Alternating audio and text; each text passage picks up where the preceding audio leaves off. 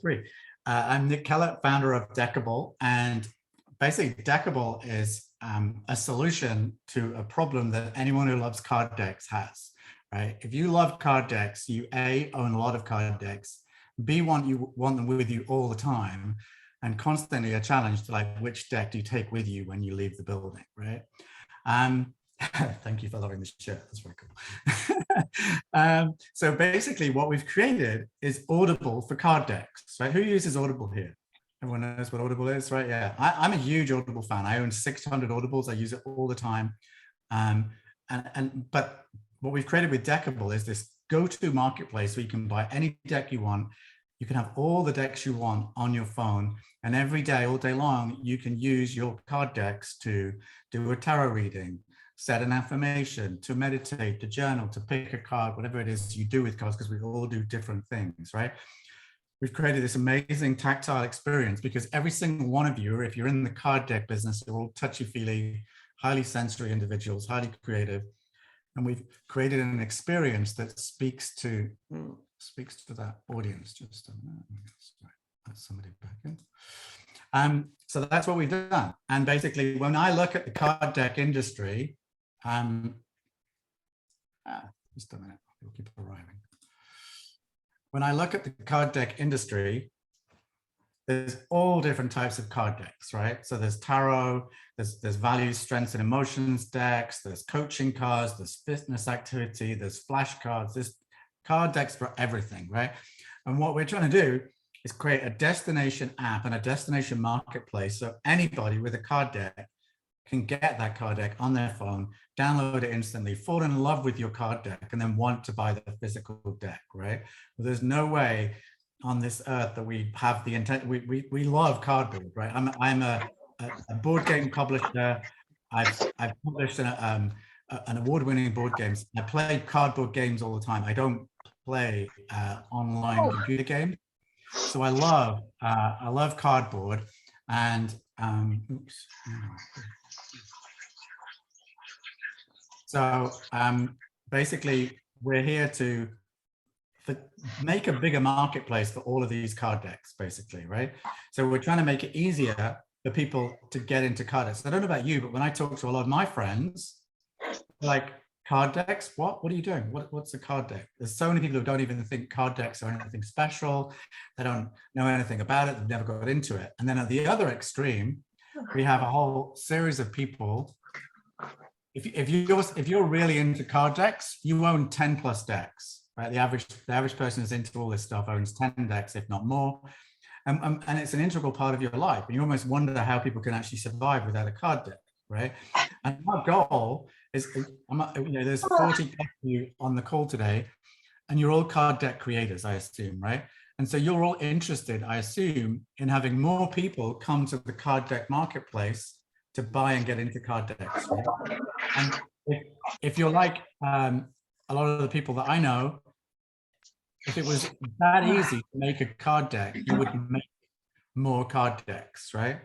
And basically one of the things that we're trying to do is really help you to be your marketing platform, your marketing tool of choice to help you promote your card decks and to help you, all of you, right? Basically make it easier to create more decks, but let you focus on the things you love doing, which is probably creating decks and not actually trying to sell them and market them, right? So basically that's what we look at. And this is the problem we're solving, right? Is your average person who is into tarot really knows this problem. They have a ton of card decks, and every time they leave the house, they have to decide, do they take any, do they take several, which do they take with them?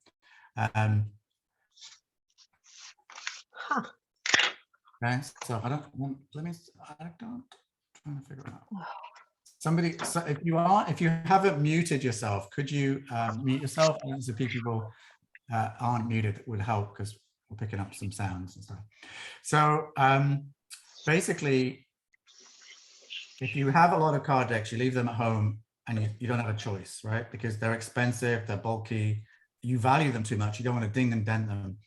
But if we could have all these card decks we love on our phone, we would have the solution to do everything we love to do with card decks on the go, right? And there's probably a bunch of you going, well, I still love to get tactile and messy with my card deck. So I'm not sure, I'm not completely convinced out of the gate that the phone solution is what I want. Wait till you see what we're doing, because my biggest design goal and aspiration when we built this was to give you that sensory feeling that you have a card deck on your phone when you're using Deckible. That was my aspiration. I absolutely think we've blown past that. When you actually see Deckible in action, it's a super sensory tactile experience. Very, very cool, but you'll have to wait a few more minutes to see that. So people often ask me, why now, right? And honestly, why now is because basically books, movies, and music have all been done, right? We all know who won the music war. It was Spotify. We all know who won the book war. It was Kindle and Amazon and Audible. And we all know who won the movies, right? It was Netflix, right? And basically in the digital deck card space, no one succeeded. People have tried and they've made a really bunch of really awful card deck apps. So no one's really using them, right? And we've done a bunch of surveys and people said, yeah, I've tried an app. Some people use them, but a ton of people are saying if there was an amazing app, they would love to use it. So that's what we focused on creating. And in and aside and above all of that, printing and shipping is killing us all, right? So printing's got expensive, which in itself would be okay, right? But shipping costs is a challenge too, right? So people, what we're giving your customer is a way to find your deck digitally, fall in love with it, and then be absolutely certain that the money they're going to spend to buy the printed deck is well worth it, right? Because I know I still want to have printed decks. I own hundreds of decks, right? And I leave them out. Sometimes they're just like sprayed out on a table surface. You know, but I play with them. I love physical decks, right? So the purpose of Deckible is to be that solution when you're on the go, but it's also a tool. You'll see it's a tool to help you sell more physical decks, right? So and that's just a fascinating part of this whole industry, right? So I'm a huge fan of marketing and metaphors define a brand. And, you know, we've all heard of the Got Milk campaign, right? Yeah, I'm sure we all have, right? Got Deck, right? There's an app for that. No, there's a deck for that, right? 1,000 songs in your pocket was the tagline that launched the iPod 20 years ago. It's been withdrawn. It's end of life now.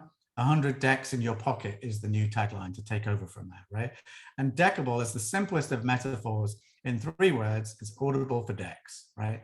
If you don't know what it is, that's what it is in 3 words. And we never describe anything from scratch anymore. We always use metaphors. You know, if someone said, what was that movie like? You wouldn't tell them the whole plot. You'd say, oh, it's like Jaws, but it's in the jungle, right? We use metaphors to communicate.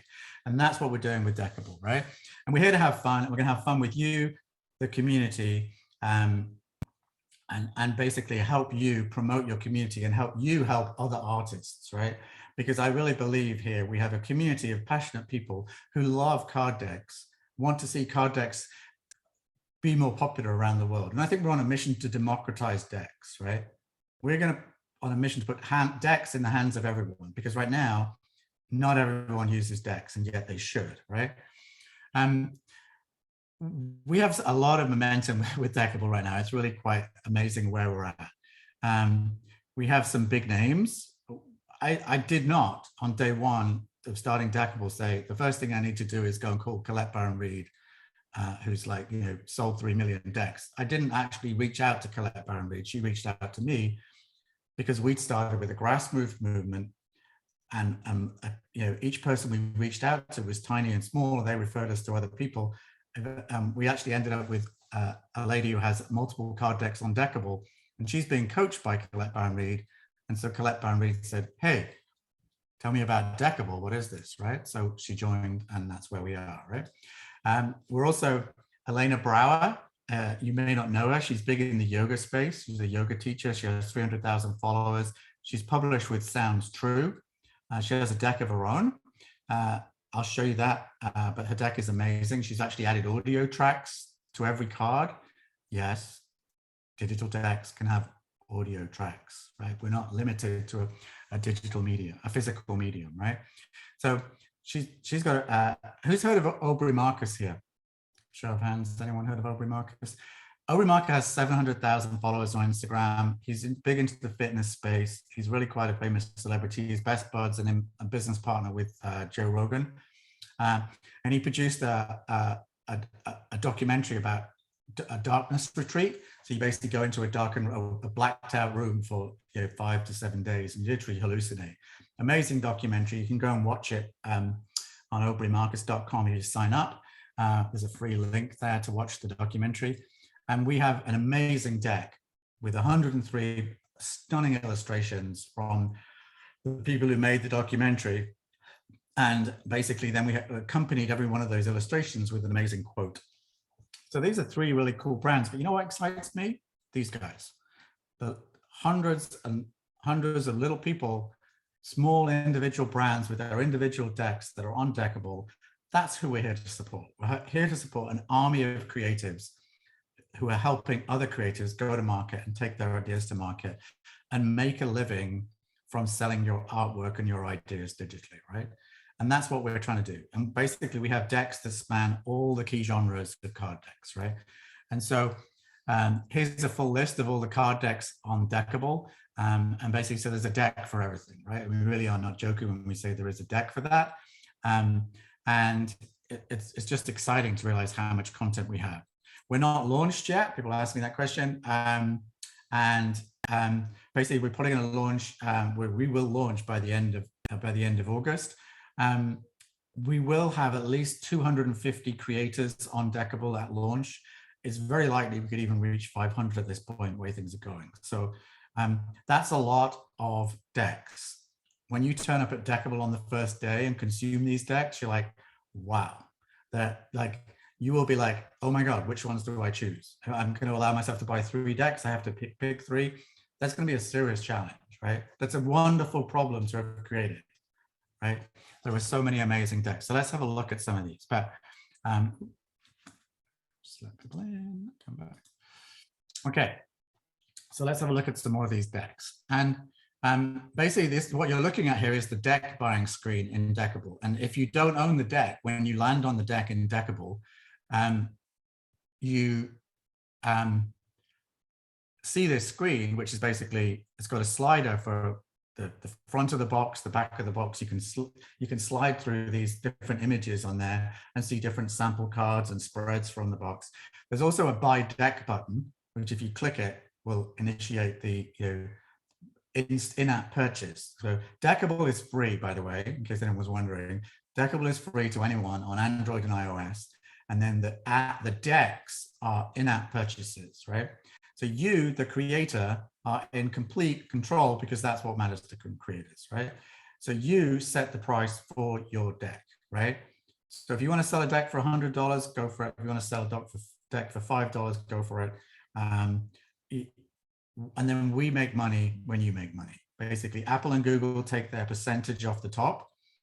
And then we do a 50-50 revenue share with you. So there's no monthly costs right now to getting going on Deckible. There's no ongoing fees. There's no listing fees. That will probably change in time. I mean, this is a new and evolving business model, and we're just uncertain what's ahead. So we basically made a totally friction-free solution to get everybody onto Deckible, right? So if you're on Deckible for free at the beginning, you're on Deckible with those rates grandfathered going forward. If we charge, it's because you didn't join and join later, and then you're paying for it, whereas other people got it for free, right? So that's a very typical strategy to get things moving. So we're creating a marketplace to serve the creative economy. And my vision of success for this project is in 5 years' time, we're at the Global Deckible User Conference, and we welcome on stage hundreds of people from around the world who are making a living digitally from Deckible, right? So you can we still expect everyone to be having printed decks. That's wonderful. But what we do with Deckible is it's an affordable way of making money online because we created this amazing experience. So, people can sell their PDFs online, but that's not a very valuable experience, right? You could probably pay more in printer ink if you sell someone a downloadable PDF, right? But what we've created with Deckible, you'll see, is we've changed the workflow. How you use a card deck is richer than just using a physical card deck. We've integrated journaling and meditation. So as a consequence, we can charge a higher price for the deck, because we're delivering a richer experience, which is really a parallel to Audible, right? Audible is a rich experience where you can bookmark, track where you're up to, share clips, all that kind of thing, right? So we've gone way deeper than Audible have done, but we're creating this digital experience. So let's have a look at how we change the workflow, because this is the game changer for me, right? This is the bit that just is mind-blowingly cool. So whenever I undertake a project, I always have a to-do list, right? I'm sure we don't need a show of hands. Who has a to-do list? Yes, I'm sure we all do, right? Well, I tell you what's different is I have a done list. So every time I add anything to my to-do list and I've done it, I put the word done in front of it and I cut and paste it and I move it into my done list, right? So when I get despondent, and we all get despondent on the path of doing a challenging project, we want to give up and quit and just, that's it, I've had enough, right? Look back at your done list and realize how many times I've turned up and done what I'm doing, right? Yeah, exactly. You can't survive without checklists, right? So the done list is a metaphor that we've woven into Deckible. So you'll see on this first screen, it's called the timeline screen, it's the home screen of Deckible. And at the top of the screen here, there's a quick way to get a random card in 1, 2, or 3. You'll see more of that in a minute. Then I can cruise through all the different decks that I've purchased. And if I scroll down, you can see the different, each one of these card stacks is a different reading that I've done, right? So I'm just going to scroll down here. And as on the 22nd, I can scroll left and right. Each of these is a different reading. Every single day I can have as many readings as I want on as many decks as I own, right? And any one of these I can click on, like so. And when I click on it, I can touch the cards, I can pinch and zoom the cards, I can journal on those cards. It's like I've got the card deck on my phone, because I do have a card deck on my phone, right? You are not being cheated. You've got a real deck. It's an amazing experience. When you're pinching and zooming a deck on your phone, it feels so good, right? You are absolutely in the moment focusing, right? When we meditate, everyone tells us, stay with the breath, return to the breath, return to the breath. It's like an instruction because we know we're gonna get distracted, right? Can we flip them? Hell yeah, we can flip them. You'll see in a minute. Someone just asked me, can we flip the cards? Of course we can flip the cards, yeah. And you can add audio. Yes, you can have audio. So basically, that's how we transformed the experience. So we basically integrated meditating, journaling, and using a card deck metaphor where people own as many card decks as they love. They can draw at random or by choice from one or more of those card decks. We can even create curated decks where you can make a super deck with cards from different places. So let's have a look at the journaling. So I've got a card and I now want to journal on that card. I just literally click on the journal button at the bottom of the screen and it takes me into the journal and I can start typing. So anytime I make a reading or a drawing or a tarot spread, I can journal, right? And I'm typing here. Who hates typing? Watch this. I start switch right now from not typing to talking to my phone, right? It's much easier. So anyone that tells you, any of your clients that says, oh, I didn't have a pen. I don't like typing. Just talk to your phone. No excuse. Game over. You can journal. There is no reason why you might not like to journal. Then just say, I don't like to journal. But you can actually do these things, right? We've removed all those excuses and it's fun and it's simple and it's shareable. Your journal is shareable. So you as the coach could send the cards to your client. They could reply and send back the response to you, right? All inside the app, because that's what you do with cards, right? Cards inspire thoughts, help you make decisions, and then you end up with ideas and strategies, and I think you write it all down, you've got a permanent log of that, right? And then who meditates here? I'm a meditator, and it's awesome to be able to meditate on a card, right? So pick a card from a deck and meditate on the card. And this is a 3-second meditation, just the speed of demonstration, right? You can set your own timer. It's 20 minutes, whatever you want, right? At the end of it, it flips it over. It tells me my meditation is complete.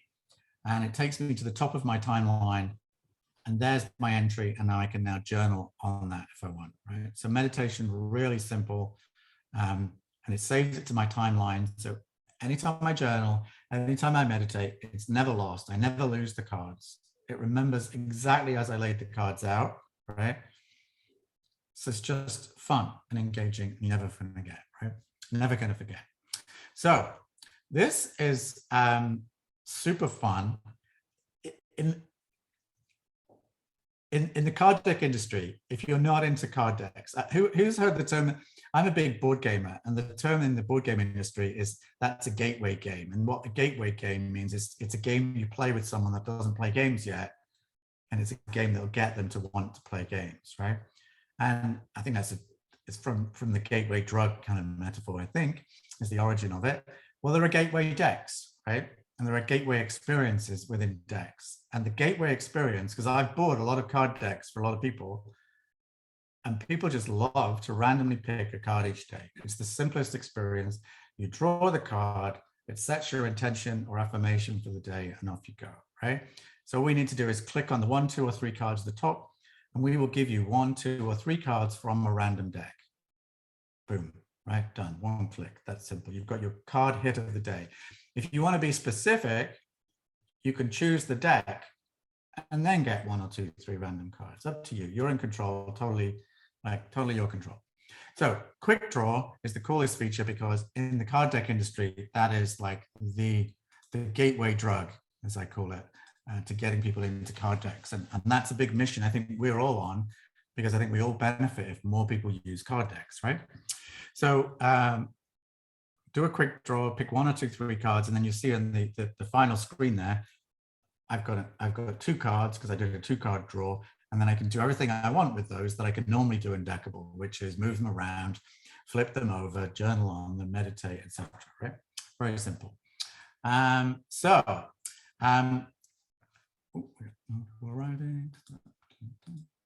So digitally, we can find your card quicker than you can in a physical deck, right? I mean, you can go through flick through a deck one at a time and pick a card, great. But digitally, we can search for it by name. We can filter down the cards. Oh, just take me through the wands, right? Oh, there it is. That's the card I want, right? So you can actually use this app if you're doing a physical reading with your real physical deck for a client.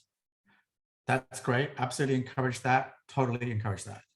But you can then use Deckible, and in 10 seconds, you can have made a digital recording of which cards were drawn. And then you can share that with the client. Okay. So I just did a physical reading with my deck for you, and I've just emailed you a digital record of that. And then they can access the reading, but then they're 1 click away from buy now, and they can buy your deck, right? So what we're doing for you is teaching your customers to become salespeople. Your customers are sharing their deck with friends. It's a totally normal behavior. Social media has taught us these things. And now your customers who are using your deck can share the cards they love with their friends, who will then go, oh, and I'll buy this deck, right? So it's a nice, simple process. We're coming to the flip question, but first of all, shuffle. Who loves to shuffle their decks, right? Is that an important part for you? It's a big part for me, tactile experience, right? So we can shuffle the deck either face up or face down, right? Actually, I'm going to break that illusion. There's more than shuffling face up and face down, but I'll save that for a second. So here's the shuffling of a deck, and this is the unique face up. But we could have flipped it over, and we could have therefore, it's just less interesting to shuffle the back. But when you're doing a reading, that's what you'd want to do, right? We can also flip the cards, but I'm going to shatter an illusion for you right now. Digitally, we don't have a 2-sided limit.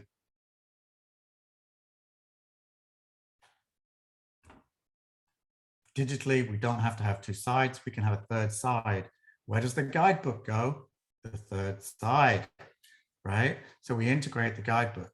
So this is a physical deck, this shift purpose deck.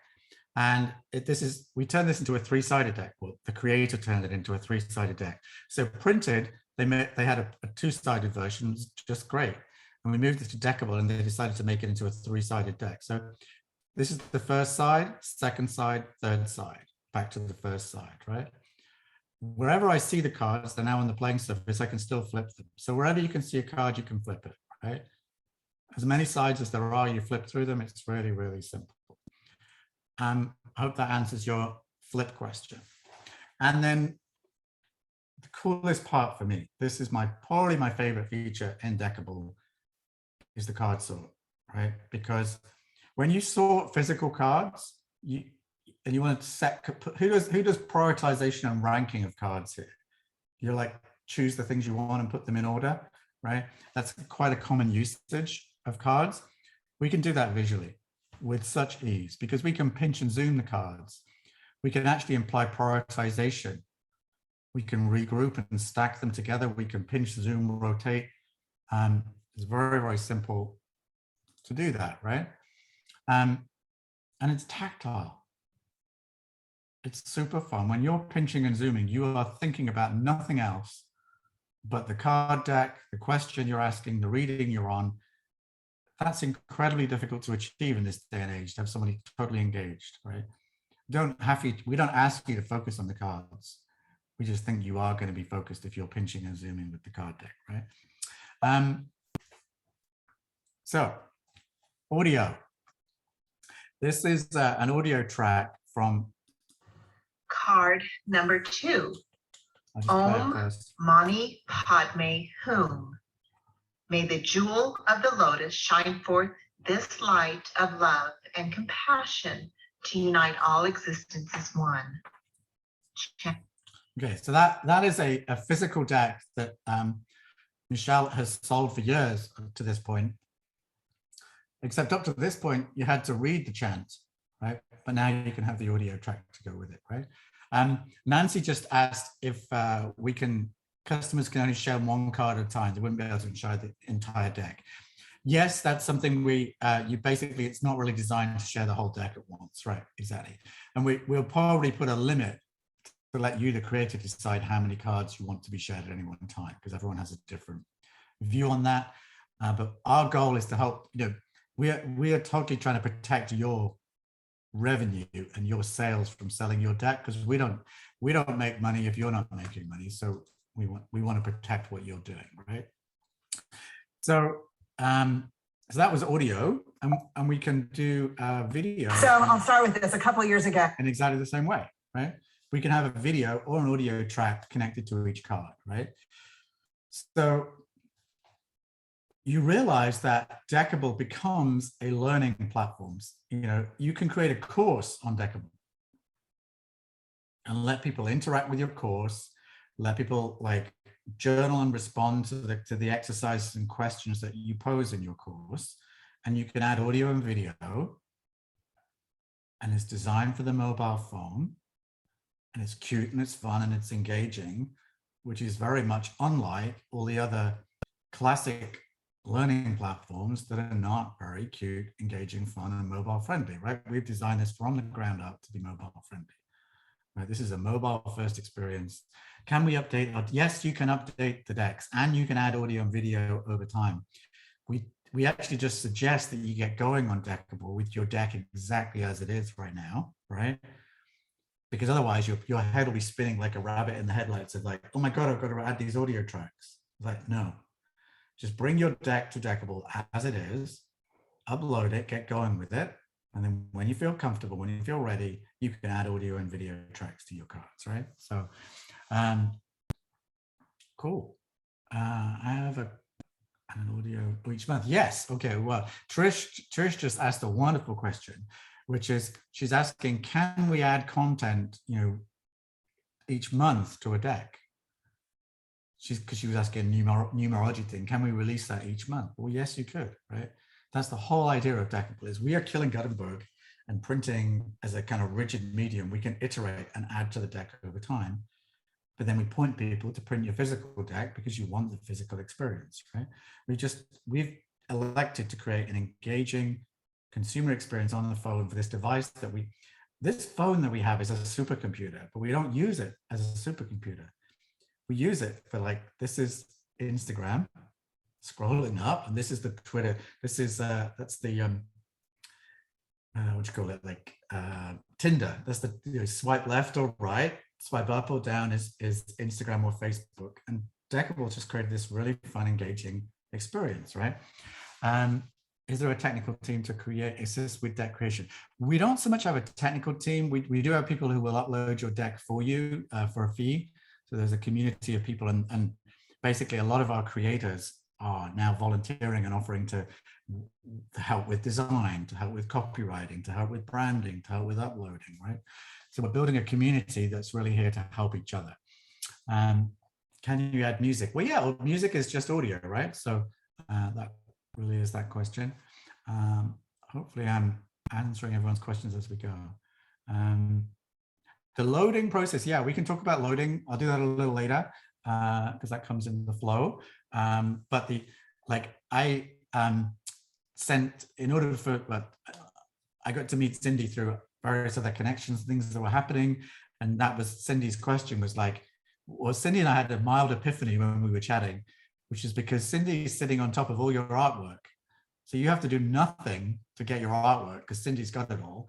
All you have to do, if you give Cindy permission to send your artwork over and you sign up to Deckible, then we just have to figure out who's going to upload your deck, but the artwork is there, right? That's an incredibly wonderful position to be in. We just take the PDF that Cindy has, which you've already given her, which is already approved, right? And then we split that PDF into images, and there's a little bit of work to do. It's not totally effortless, but it is totally possible. And we basically put everything into a spreadsheet. Maybe you might need to add some text because then things are much more searchable in Deckible, right? So, but it's quick and easy to get going, and you can just iterate, right?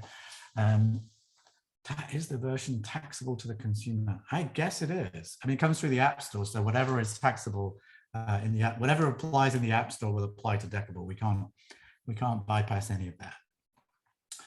Okay, so yeah, basically just to reiterate, I mean, compare this to Thinkific, Kajabi, Teachable. This is a way more tactile, engaging experience, right? Just because it's fun, and when we watch a video, we forget what was said. So pull out quotes to go with it. That's just adding extra cards to the deck, right? It's nice and simple. Can I jump in for a second, Nick? Yeah, absolutely. So you guys, I think this is an awesome option for everybody who has card decks, obviously, because it gives you a whole new revenue opportunity and exposure to a whole new audience. And then you can give your customers, obviously, the option to buy the physical product that we would print and ship, or buy the digital version. And then also the new audience that would see your decks on Deckible that might be, might order a physical product. So you get, I think this is just an incredible opportunity for all of our card deck customers. The thing that Nick has done, though, that he kind of didn't talk about much is there is a little bit of work, like he said, to upload your deck. It's not like when you guys send us a PDF to print the deck. There is a little bit of work, but Nick and his team have put together a really thorough training video that walks you through. You basically take each card and make it a JPEG. So it's an image that you upload, and it's a spreadsheet that Nick's made it really very straightforward. It just takes a little bit of work because you can tag each card, you can title each card. Not only is it just like for us, where we just need the PDF for print, in Deckible, you get to, get a lot more detail, add a lot more detail to each card. So he's got a great training video that will walk you through it. So for anybody who wants to do it themselves, you can absolutely upload your deck. You don't have to pay somebody else to do it. He's got great tools to show you how to do it. So I want to make sure everybody knows that you can absolutely do this yourself. Oh, totally. And we've totally built a 100% self-serve platform, right? So you can serve yourself. But there's always those people who say, well, you know what? I'm busy and I don't like spreadsheets. I'd rather pay someone to do it, right? Right. And we're not actually at Deckible trying to take that money. We're just trying to deflect that money to somebody else in the Deckible community who's volunteered, right? To upload that for people, because we're trying to help artists and help the whole community, right? So someone just asked the question, I have an hour-long video. I would strongly recommend that you break your hour-long video into, short chunks and then match those to each card. I don't think anyone, not nobody will watch an hour-long video, but if you put it in 3-minute chunks, we can bite it off each day, right? It's just much more fun and engaging to consume. So yeah, it doesn't matter how long the videos are. You can link to a YouTube video as long as you want. It's not the length. My response here is more commenting about the experience. The modern consumer who's sitting on a phone has 3 minutes, not an hour, right? So the content you've created that's an hour long, just chunk it up into tiny card-sized portions, and away you go. That would be my. What if we have the PDF format? Yes, we can turn the PDF into JPEGs. That's exactly what we do, right? So, okay. So here is the guidebook example. So this is a card deck. There's the shared back. The unique face of the card is the chariot. And then the third side here is the guidebook, right?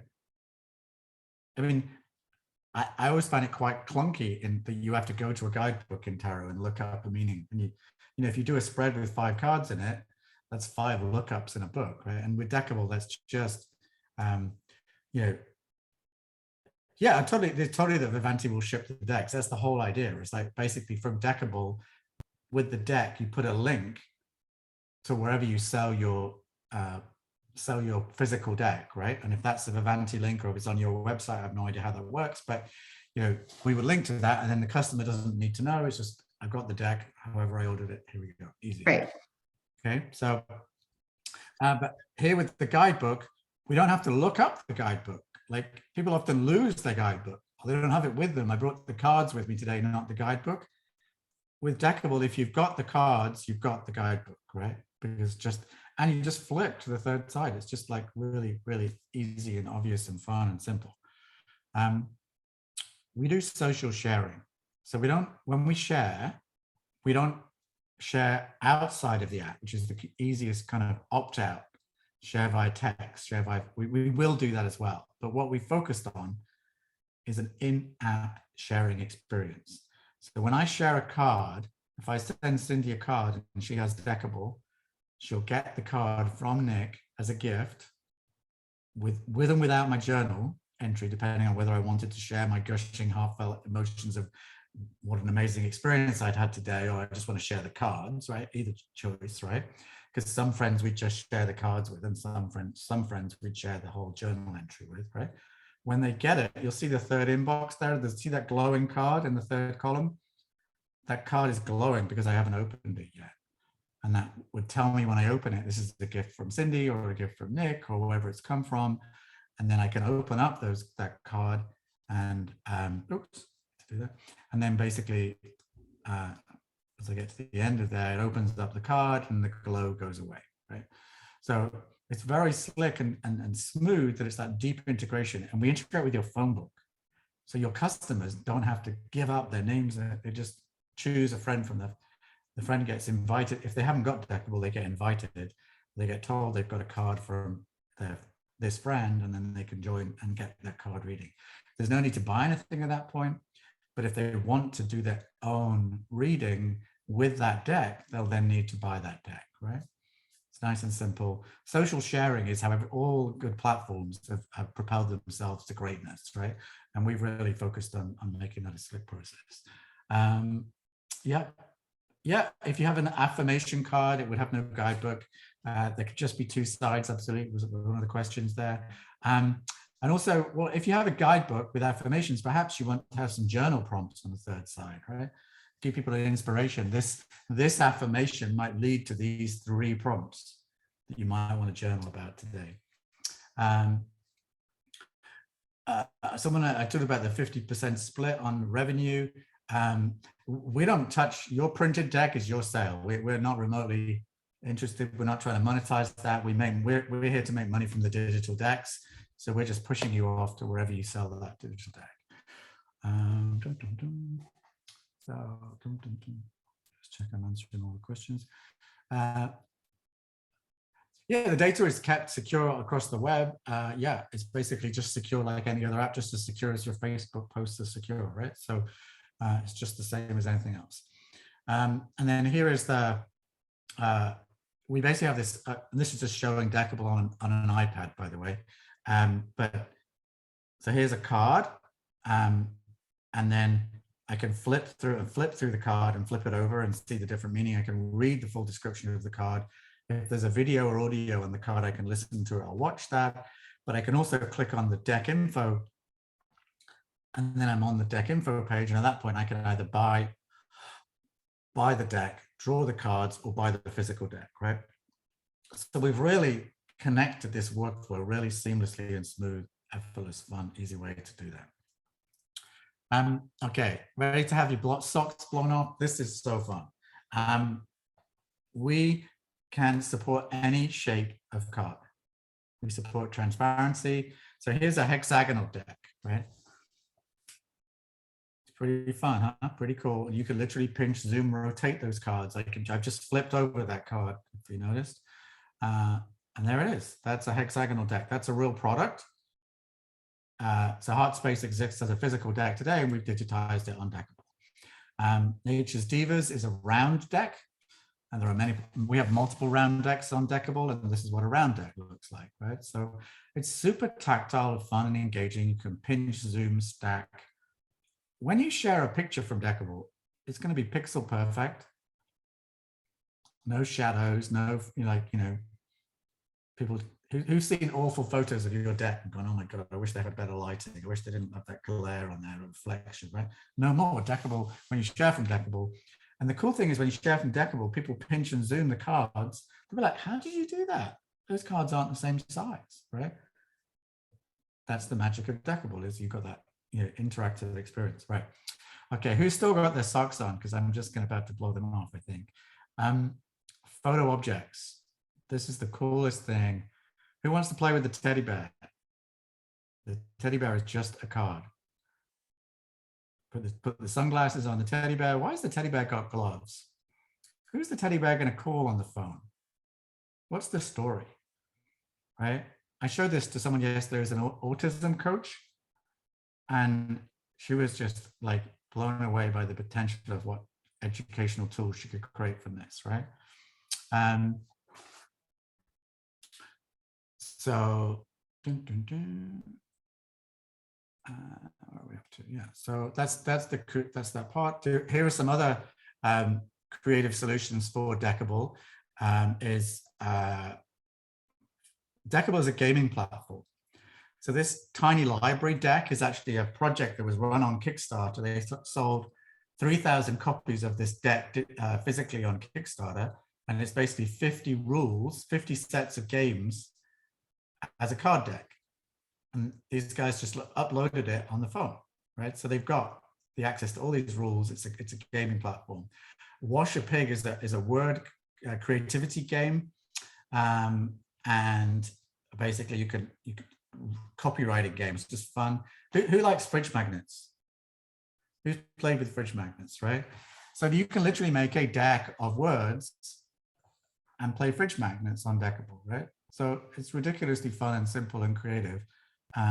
Someone just said the 50 fet spleens seems extremely high to me.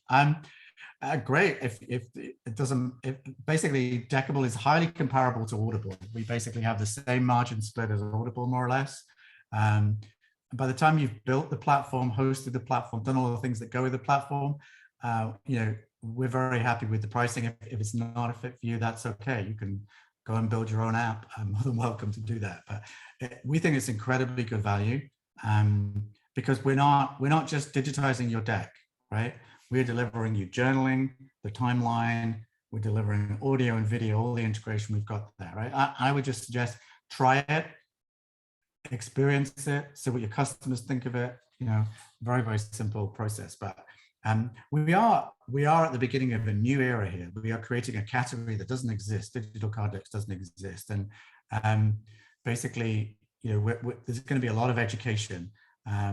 So that's kind of super interesting to me, is that there's just so much potential there, right? People are asking, what is the average price for a deck, right? Well, my simple question to that is, what does your printed deck sell for, right? So I look at my strategy with the whole of Deckible is really, really simple. If Nick doesn't know the answer to a question, Nick just asks himself, what would Audible do, right? And basically what Audible does is you look at the printed hard copy book of, maybe that's $30. It's very likely that the Kindle or the Audible version of that is around $15, right? There's a price differential between digital and print. And so that's what we expect to happen here is if your printed deck is $30, perhaps the Deckible deck is $15, right? But bear in mind, you are getting journaling, all that stuff integrated as part of the experience, right? So the other thing that's totally honest and true is that we just don't know, but we're going to, because this is new, right? We haven't launched yet, but I can look at parallels. The world is run by things that are parallel to other things, right? So if I know that's how it worked for Audible and Kindle, I'm pretty sure it's going to work that way for Deckible. So Nick, I'm going to jump in. Yeah. So I would say, because based on my previous life before Vervante, this is way back in the old days before ebooks were even ebooks. I would say be careful with discounting your Deckible too much. It's content. It's still very, very valuable. And so I would say I would definitely, my suggestion is I would never discount it 50%. I would Right. discount it maybe 15. So if your, Right. physical deck is 50, I maybe would discount the Deckible 15% because it's still content. You're still Right. getting the same experience. You're getting everything. The only difference is a physical versus a digital deck. So I would, for our Vervante shared customers, I would say, let's set the bar at what a Deckible deck is worth, which is all the content you've spent time creating, all the artwork, everything you've put into it. It's still the same deck. Absolutely 100%. I couldn't agree more. I just feel like my feeling is in 3 years' time, once we've established and taught the world and there's 1 million users on Deckible, right? Exactly what Cindy just said will be spot on, right? We have to teach people and incite people and excite people to try this, right? Mhm. So my solution is put your prices higher. We can always do deal of the day. We can always do 2-for-1 sales. There's 100 ways of discounting things, right? But do not discount your value or set the wrong price point, right? And, there is, so one of the comments it was just like, it feels like you're getting so much more, right? And you are, and it's great. But like trying to tell people that sometimes costs more to sell that to people than it does to put it at a price point. Give them their first deck at a certain price point, right? So for example, I think I mentioned before, I own 600 Audibles, right?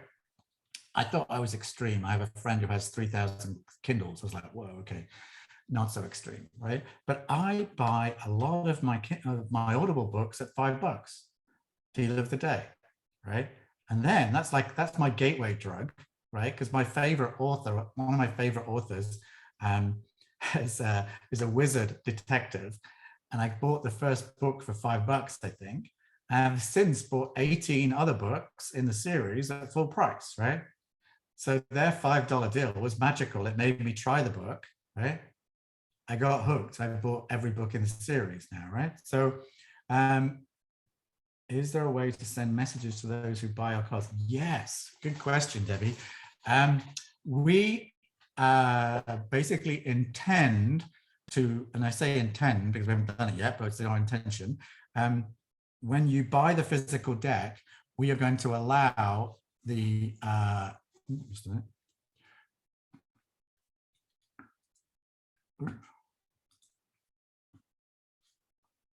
Where did I stop? Yes, that was there. Okay. So when we complete the transaction, when you say buy this deck, right? Tick, right? We're going to put in a checkbox in that process, say, would you like to connect with the author? Right? And what that means is, would you like the author to be able to message you or get your email address, right? Because I think most of you want engagement, right? With the customer, and most of the customers want engagement with you. Like if you're Brené Brown, at some point you're going to be filtering and going, just a minute, I've got too much going on here. I'm not doing that. But most of us are not that, right? And most people buy your deck because they really like you and they've heard about your stuff and they want a way to get access to you, right? So we intend to facilitate that. We have to respect privacy and kind of, handing over email address type stuff. So it needs to be, permission checkbox kind of approval, but that's really the idea. Okay, so here I was showing, is there a way for new customers to connect via our socials? Yes, there is. We actually have if you go to deckable.com/community, you'll see every member of the Deckible community. Well, it's actually a very small subset of the Deckible community so far. The only people who are listed on deckablecommunity.com, deckable.com/community are creators who have uploaded their bio, uploaded a photo, have an approved deck that we've approved for to go on sale. There's a lot of people who haven't uploaded their artwork, their bios yet, right? So the actual Deckible community is way bigger than that's listed there, but it gives you a sense. We're also going to create these meme cards, by the way, for socials. Who knows what a meme card is? So every creator on the platform is going to get an auto-generated meme card, and you can collect your author cards, right, from all the people whose content you collected. It makes sense. We're a platform about card decks, so why wouldn't our social profile be a card, right? It's just we're doing all we can to leverage everything about card decks to make the whole platform more card deck-like, right? So hey, when will my deck get approved? Okay, how long does it take? Great question, Berta. Okay, so deck quality is an unfortunate side effect of being on this platform. We have to police deck quality. Not my favorite job, but ultimately, I think we owe a responsibility to everyone to make sure that the decks that are on Deckible are of merchantable quality, right? The reason decks sell is because you can trust that the decks are good, right? So at the moment, that revolves around me approving decks. I basically want to sidestep out of that as soon as possible, in all truthfulness. Basically, I intend to make it a collaborative exercise, right? So I intend to make it so that the community, people who volunteer in the community to upload their deck, people who've already published decks and who want to approve other decks can basically join the committee, and we will basically need so many votes. We haven't automated that, but that's kind of thinking, right? So currently what happens is we have to approve it. And I do go through a number of people I've had to go round the loop on and say, hey, I don't think your decks are really up to scratch. And I have to have those conversations. And then I've never actually said no to anybody in any way. But Nick, with our stuff, the cool thing about if we've printed it and we have PDFs, right, we have great quality. So I think exactly. Yeah, that's true. And maybe one of the things that I don't know is who on Deckible is on Vervante. I just don't have that as an attribute, right? But we are trying to support that process, trying to maintain the quality. When we've not found the quality, we've actually paired people up with a designer to go and fix that problem. So we've not just said no, go away. I haven't actually had to say no, go away to anyone at this point, but I've redirected a number of people to pair up with creatives, right? So that's worked pretty well. I'm going to come back to that in a second, and I'll just carry on a little bit. So basically, journaling. I know one of the other big things that Vervante does is offer a lot of journal books and printings to go with that. And basically, there's a lot of journaling decks on Deckible, right? Questions, prompts, life challenges. You can create those decks. And here are just 3 examples of some great question decks that exist on Deckible.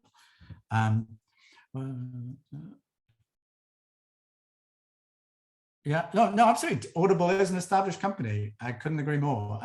But Audible started off by, my background, I'll cover my background in a minute, actually, as we get to the end of this. My background is as a seasoned tech entrepreneur. I have created multiple successful products. I published a board game that sold 100,000 units and won a Spiel des Jahres prize, which is like the equivalent of an Oscar in the board gaming world. I was also co-founder of a startup called Listly, which has 1 million users and is a top 5,000 website globally based on traffic. So I've basically built this experience and know what it takes to build this. And also as a consequence of that, can actually see how magical Deckible is, because I have these comparable experiences and know where we're up to is something very, very special, right? Is there an option for coloring? Kaisha, you're jumping the gun. I don't know where you are, Kaisha, I can't see your photo, but wait, hold your breath a little bit. I think you'll be pleasantly surprised in the fullness of time on that one.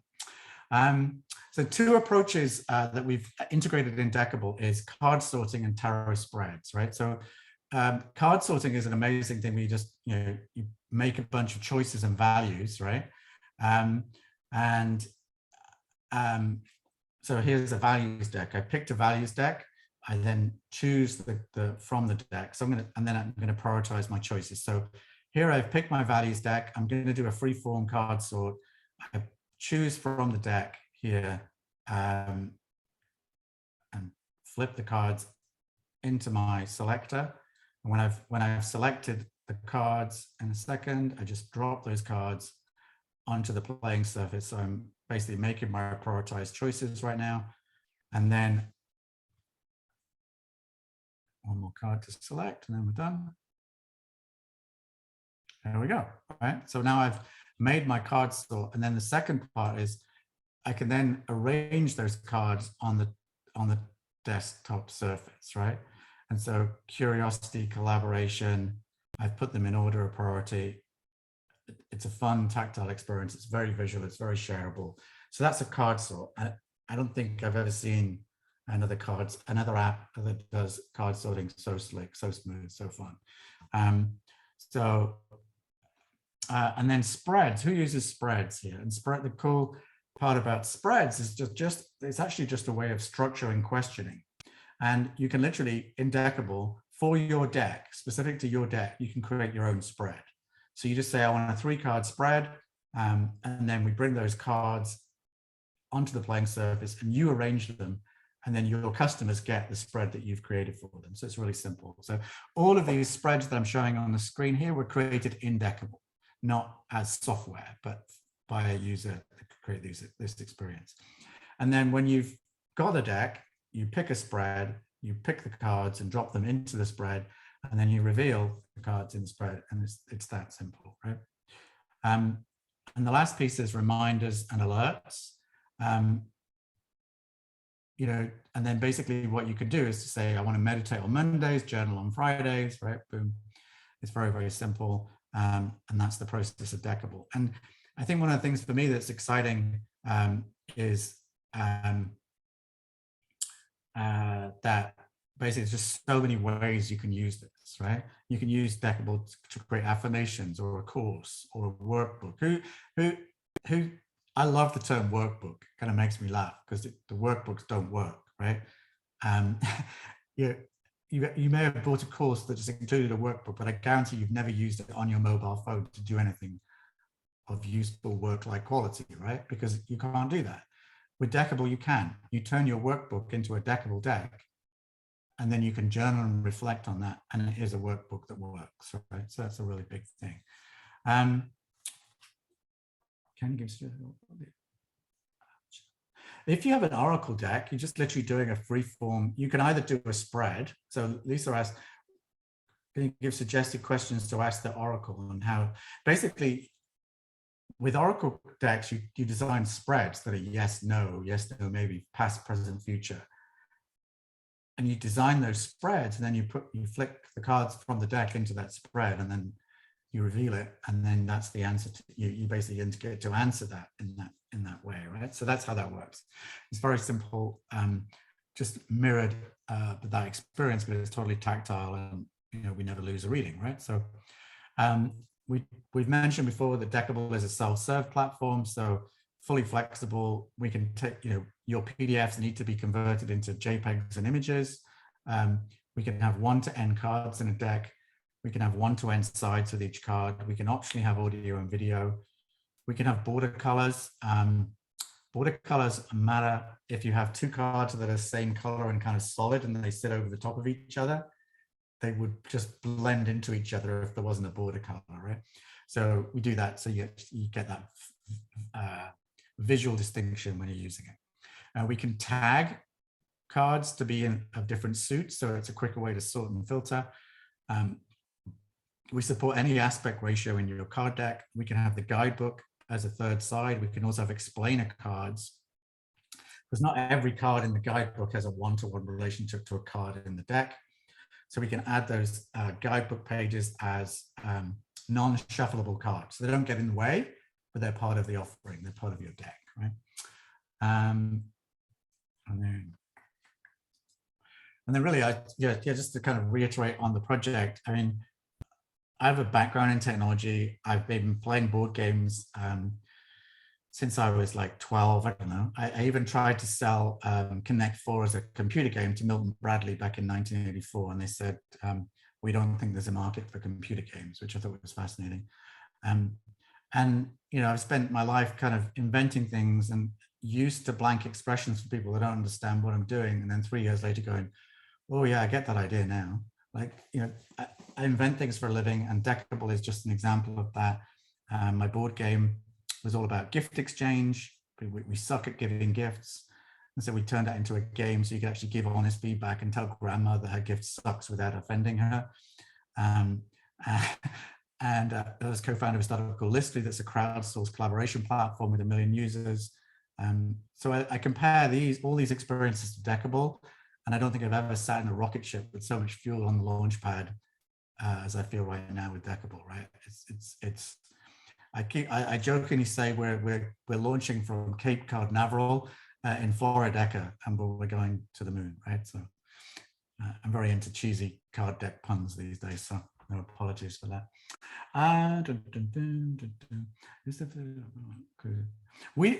of the questions was, is the physical printing and fulfillment included? We don't participate in the physical fulfillment. We don't take any margin on the physical fulfillment. Your physical fulfillment works exactly the same as it does. We don't touch that. You fulfill exactly as you do right now with Vervante, and nothing changes in that regard. We're not trying to take an affiliate fee or anything from it. It's all yours to take. I'm trying to think of anyone else. How do you use cards for books? Okay, there are a lot of card decks. So books as decks is a thing, right? There's a very famous book called Getting Things Done.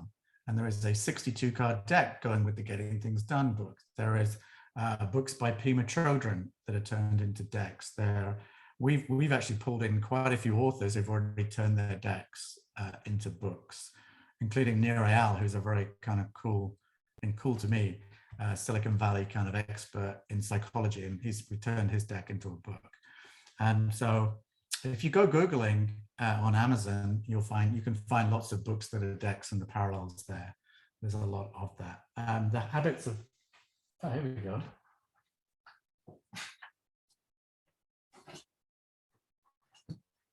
This one I prepared earlier is a book called The 7 Habits of Highly Effective People. And this is the card deck version, right?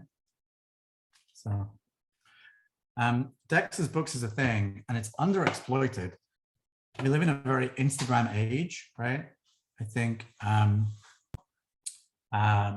so we want our visual hit, right? We don't want to read 60,000 words. We want pictures, images, audio, video, and that's what Deckible can do for you, right? So do you have to have a physical deck to be on Deckible? No, no, you don't. I mean, you can literally be an aspiring creative, right? Create your deck on Deckible, sell your first 100 or 1,000 copies, and then go to print, whatever you want to do, right? We're not stipulating that. I mean, we have tight integration with Vervante, so we're like, why don't you? If customers are going to ask you, if your deck is good, customers are going to ask you to have a printed version of it, right? and you can print as small as correct me if I'm wrong here, but you can print as small as 25 copies, right? So, you know, it's not a big investment, and then you'll figure it out. And if you sell a lot, right? Who's done a Kickstarter here? Anyone done a Kickstarter? Thought about doing a Kickstarter? Right. I'm going to introduce a new concept to you called a pre-Kickstarter. You pre-Kickstart your deck on Deckible, and then when you Kickstart, you've already got 100 or 1,000 people who want your deck, right? So that's a thing. How do you sign up for the opportunity? Yeah, you just literally go to deckible.com. On the homepage, there is a various places where you can join, sign up. If you go to deckible.com/start, there's a video or links to a video there how you do the importing process, but sign up. You do, when you sign up, you have to go through our contract, which is all digital, all automatic. So I've told you about the 50-50 split.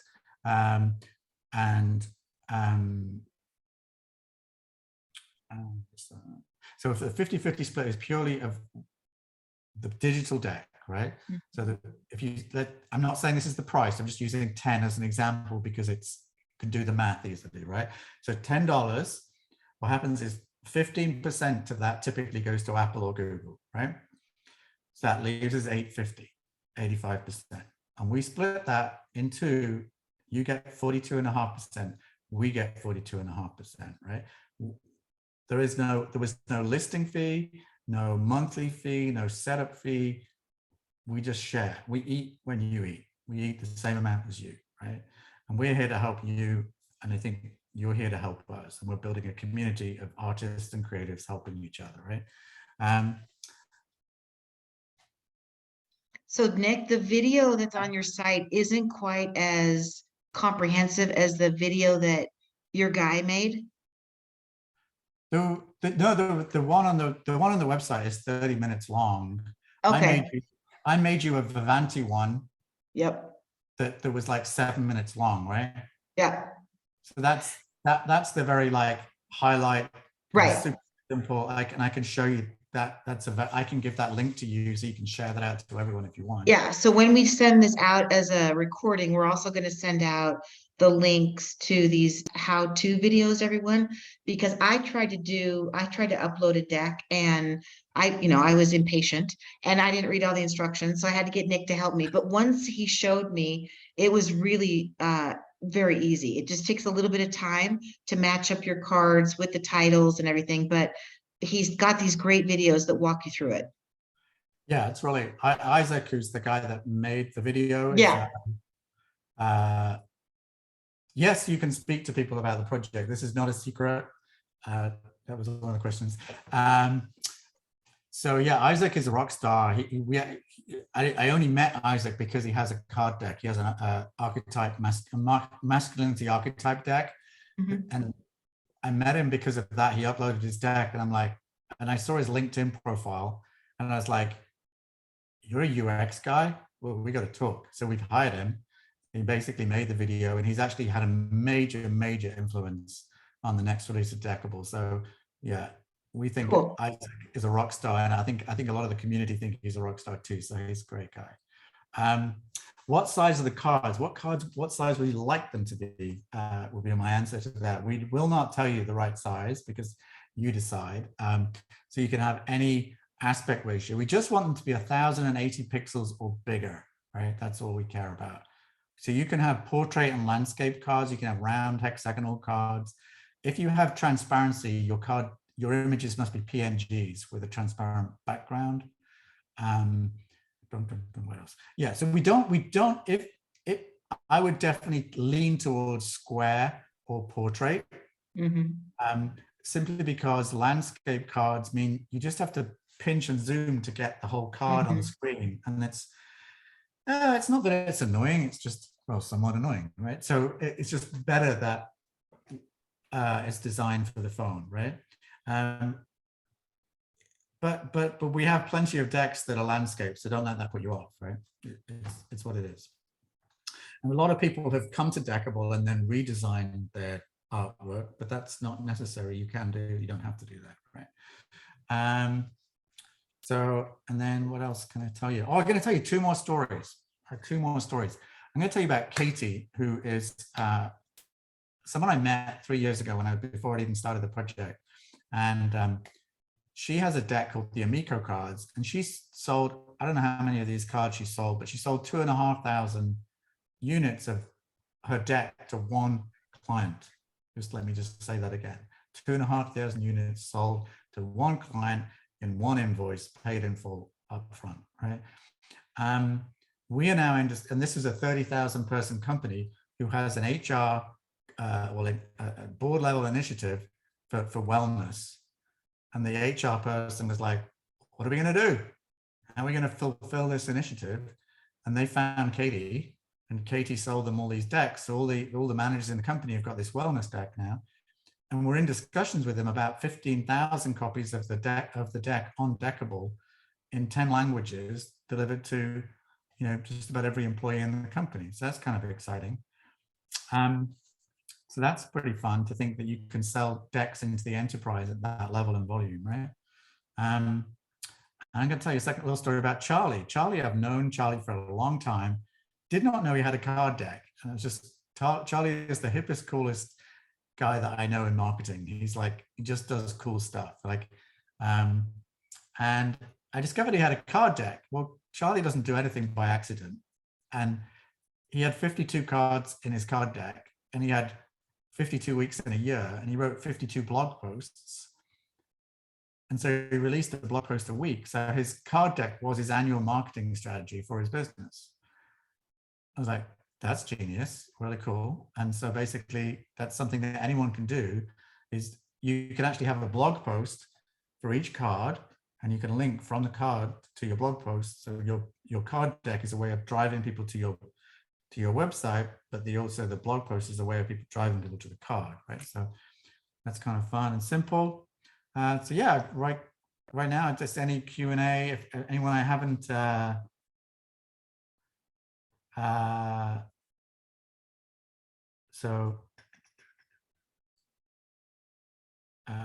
the questions? So yeah, I mean, if you're getting stuck with Deckible, I mean, give us a call. We'll try and sort you out. We'll try and put you in touch with someone who can help you.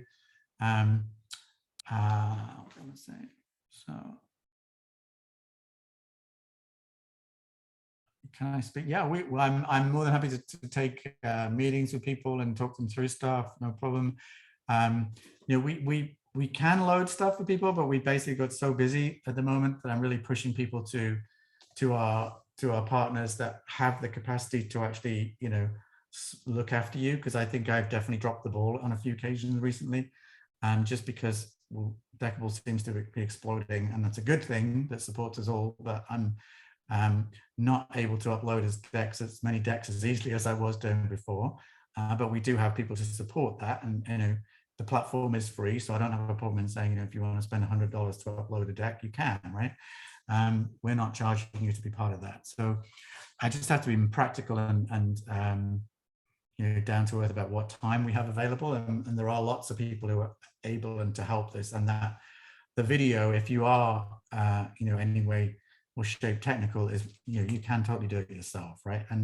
But I also see people who turn up and struggle because it's just not your skill set, and all is good, right? There's nothing wrong with, we are who we are and we have the skills we have, and if it's not your thing, I fully appreciate that, right? So, and we're trying to bring on more people who can help us, help you upload your decks for you, right? And who knows, maybe you'll be one of those people that in 6 weeks' time are offering, services to other people in the community to upload decks, because you find it so damn simple to upload a deck, and you can't see why other people struggle. But why not? If that, we all need help in different areas, right? So, can people print their journal issues card sorts? Good question. We don't have a solution for printing anything off Deckible right now. We do intend to have a desktop offering.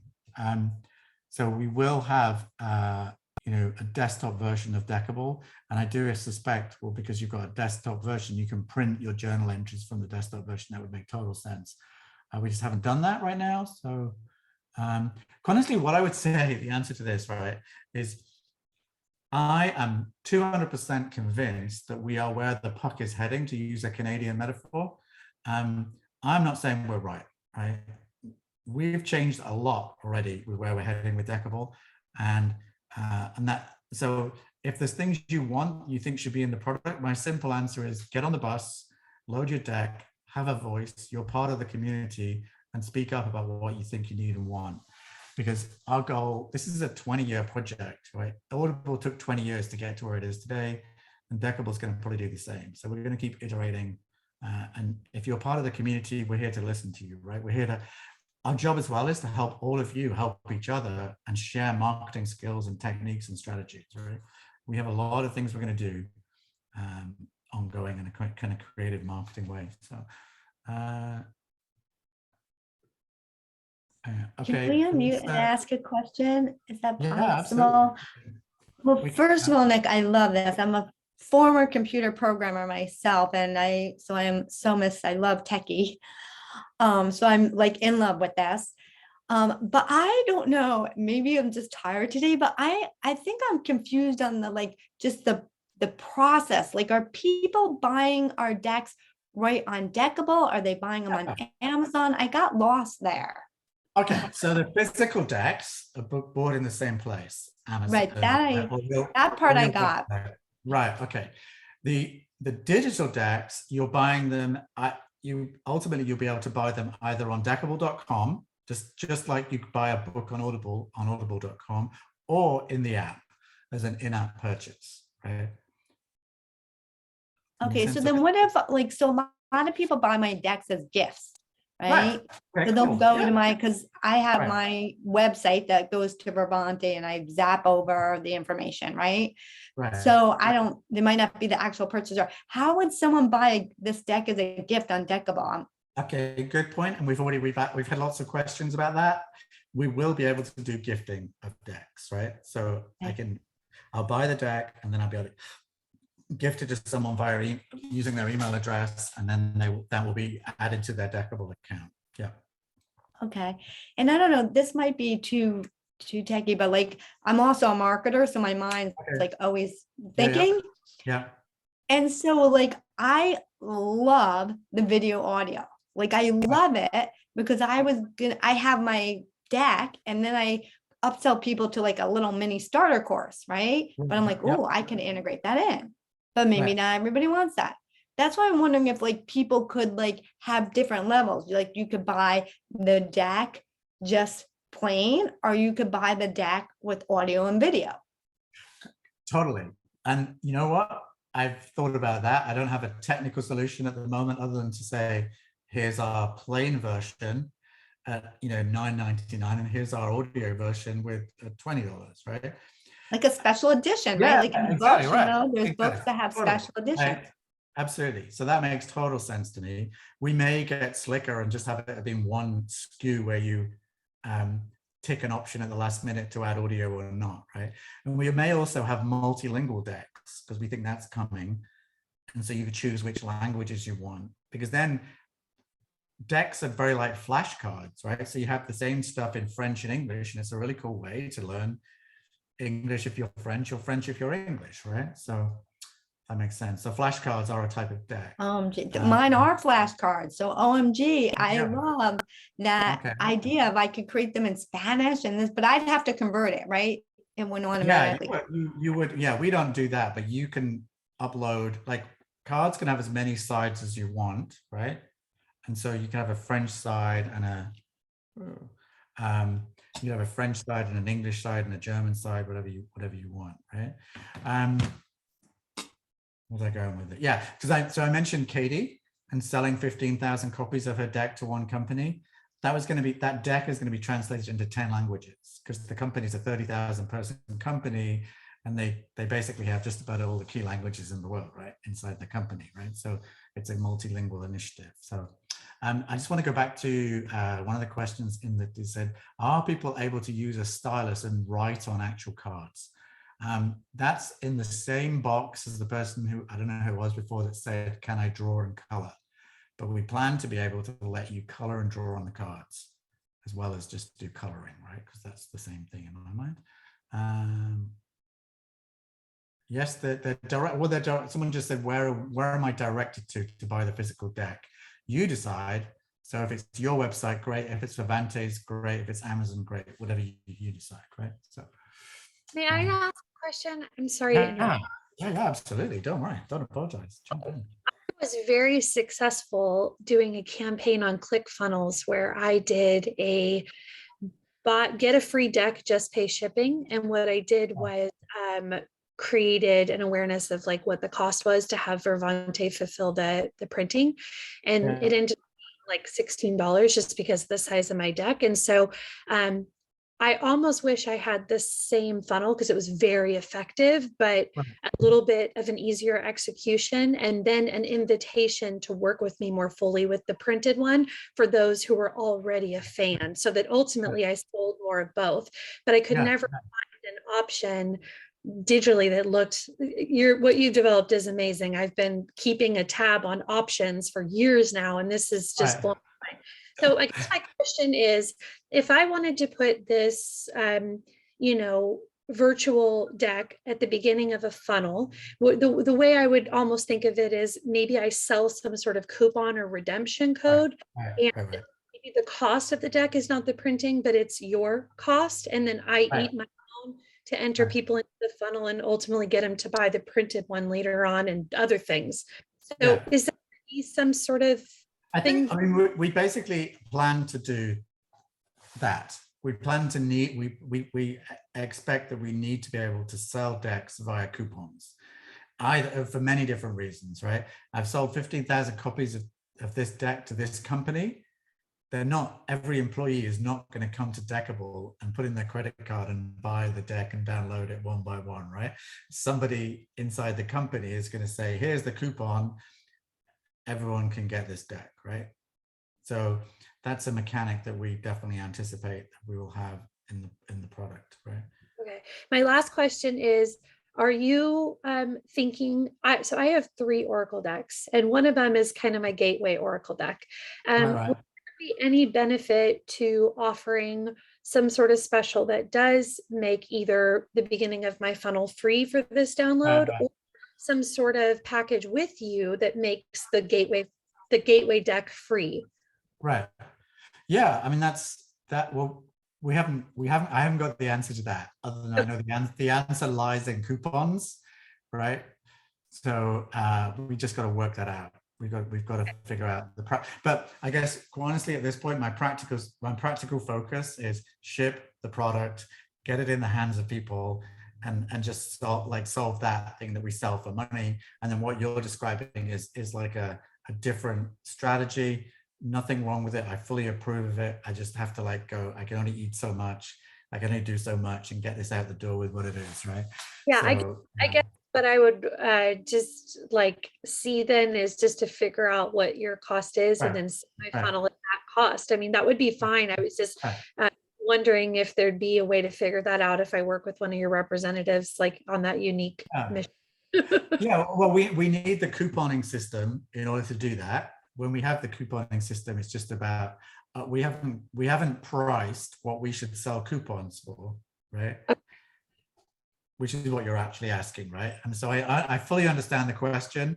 I know I need to answer it. I don't have an answer, but I'm sure we will answer it. And let's have another conversation about that and work that out. Because honestly, the way I will answer that is I will listen to 10 people like yourself, design a solution for all those 10 people so that we don't go crazy doing 10 different things and then get all of them wrong, right? We'll try and, so that's why Deckible is so good, because we've listened to a whole bunch of people and built one thing for everyone, right?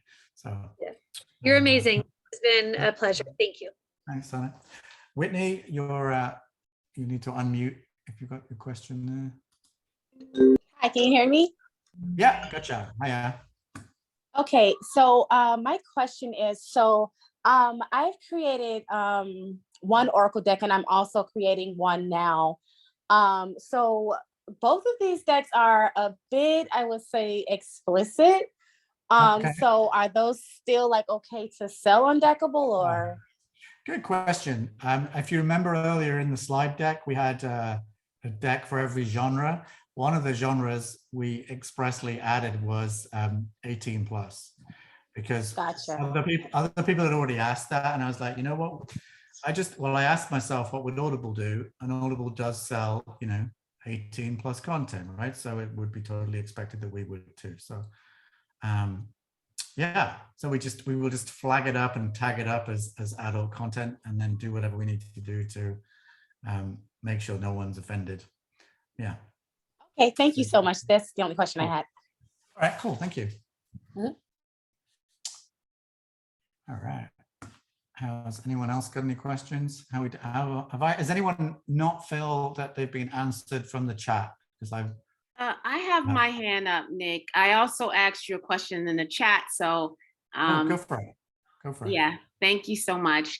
Thank you so much, Cindy, for bringing the community together. This has been phenomenal. I am loving this, Nick. I love your process. What would Audible do? Like, your life is just so simple. Like, I mean, you just, what would Audible do? I mean, like, I'm really going to take that on. When I was a born again Christian, I used to say, what would Jesus do? But now I'm not that anymore. So I got to find another person. So thank you for that, Nick. So my question, you mentioned that if your deck, so for me, my deck, I've been using it to teach. I'm a spiritual advisor at a Christian, at a spiritual bookstore, but I've just put them down because I'm not an illustrator. So I've put them on colorful index cards. Right. So how would I be able to actually then create them in Deckible? We don't create them in Deckible. A lot of people tend to use Canva as an example, right? And it sounds like you kind of, I mentioned before about the people who come to, if you're an artist and you come to Deckible, you almost have an unfair advantage because everyone who's got beautiful art just doesn't have to worry too much about the words. The art does everything, right? And if you turn up at Deckible with all the ideas and words, it's how do you make the words look beautiful is the challenge, right? Yeah. And quite honestly, the answer to that is hire a designer, right? And it doesn't have to cost as much as you think. Like, we have one person in our community who isn't really a designer, but she sits over your shoulder and she does a collaborative Zoom session. And she's my like chief rescue agent. Like, when I've had to tell people that this is the least favorite part of my job, I'm sorry, your deck is not up to scratch, I brought this person in and she's hit the ball out of the park every time, right? So she comes in, uses Canva with these people, gives them a look and feel, because some people just don't, it's not whether you have talent, some of it might be talent, but some of it is people just don't have a visual eye. You can't tell if something's good or bad, it all looks okay to you, right? And there's nothing wrong with that, it's just who we are. I've learned this because some people just literally can't see that something's good or bad, right? And so I've hired this, well, I've not hired her. I've connected people with problematic decks with this person. And I can see us having a range of people over time because a number of people put their hands up and say, I'll help design people's decks, right? Yeah. So we're trying to just, everyone arrives at Deckible with a different skill set. And we're trying to just facilitate being the broker of those skill sets. Oh, you can upload, or you can design, you can illustrate, you can do this. Great, okay. Fantastic. Let's but Sheila, on Vervante, on our print specs, on our help page, we've got and Canva is, everybody's go-to favorite for do-it-yourself artwork, but we've got very specific instructions on how to create your deck in Canva. So if you just wanted, to start there and put colors behind your words, we show you how to do it in that Canva document. And then for Deckible, instead of saving it as a PDF, you would save it as a JPEG, because Deckible needs a JPEG. We need a PDF for printing, but same starting point using Canva. Oh my God, that's right, Cindy. Thank you so much. And one thing just to add to that is like, Canva is amazing. I literally thought Canva was awful 5 years ago, and I was completely wrong. It's turned into a phenomenal product, right? They've done an amazing job as software engineering people, right? The one downside I see of Canva is people think that you put something in Canva, it looks brilliant. It tends to look like everything else that comes out of Canva. So it's worth buying in some visual assets or having some help and design to make sure your deck looks distinctly unique and has a look and feel to it, right? And that's, so this person literally has charged an hour of their time to set people on the right track, right? It's totally affordable solution. Okay. But if you have a good design eye, you can totally use Canva, right? And do that job. But it's just we're all different and we all have different skills, so all Right. good. But Thank you I so think much, Nick. just be brave enough to start, do exactly what Cindy said, and then if it's not, doesn't quite right, we'll fix it out and give you help and guidance to get there. And right? and for anybody here, if you start, like Nick said, if you start and you want to have a printed deck and you want to have a deckable deck, we do have an in-house designer that could, she's not going to design your cards from scratch, but she can definitely fix or help or add illustrations or things. So, I think Awesome. you can, designers are expensive. So that if you're trying to not spend a ton of money on designers and start with something in Canva, I think it's a great way to do it. Awesome. Thank you so much. One question there from Kaisha was, do you need an ISBN number? No. I mean, if you're going to print the deck, I think you do. If you're going to sell it via bookstores, but if you, I don't know, Cindy can add to that. You only need an ISBN. You don't need an ISBN for Deckible, and you don't need an ISBN if you sell from your site, and you don't need an ISBN if you sell on Vervante. The only time you would need an ISBN is if you plan to sell the physical deck on Amazon and you need it for the listing purpose. Last question, Nick, are these NFTs? Can you explain a little bit if it's going to go to NFTs and then the payment process? All right, so two things. Well, I'll deal with the payment process first because that's easier. Basically, we get paid quarterly in arrears from Amazon and Apple, right? And we know who's bought things along the way, but as to actual money, we don't get money until Apple and Google pay us, right? And then we get the money from Apple and Google, and then we have to report all of that back to our authors, to our creators, what they've got in total across Apple and Google. And we also have to factor in there, because if refunds are a brutal part of this story, because people can actually refund stuff. It can cost you more to do a refund than actually to sell the thing in the first place, right? So the reporting. Wait, Nick, did you say 3 months? Yeah, it's once a quarter. It's quarterly in arrears. Yeah, because they basically don't report back to you, and they pay you at the end of every quarter. It's obviously in arrears because they need 3 months worth of stuff, right? And so we're just following that process. We will pay you in arrears after we've paid from them and after we've aggregated all of that, right? Mm-hmm. So and then NFTs is so if you're ultimately we will have an NFT story here. There's no way we're not. But the challenge with NFT, if you're a famous artist, you can make good money from NFTs, right? But if you're not famous, you don't have traction, then the NFT thing is a little harder to actually, it's a nice idea, but we think Deckible is perfect for NFTs. We're not willing to get labeled as an NFT platform that would then likely tank, because many of these NFT things are going to basically be dead in the water in 3, 5, 10 years time, right? I don't think anyone's debating that. It's just which ones win. We will offer NFT capability on top of, but Deckible stands in its own right as a digital deck platform that's basically audible for decks that will have NFT-like capabilities, but will not be a dedicated NFT play, if that makes sense. Does that answer your question? Oh, absolutely, Nick. I think that's so perfect. Thank you so much. Cool. Yeah, no, NFT is challenging. I've heard people say, oh, I'm not coming onto Deckible until I've done my NFT blah blah blah thing. It's like, okay, I wish I could have sat down with that person and explained to them. There was probably not a smart strategy, but whatever. I mean, everyone, each to their own, right?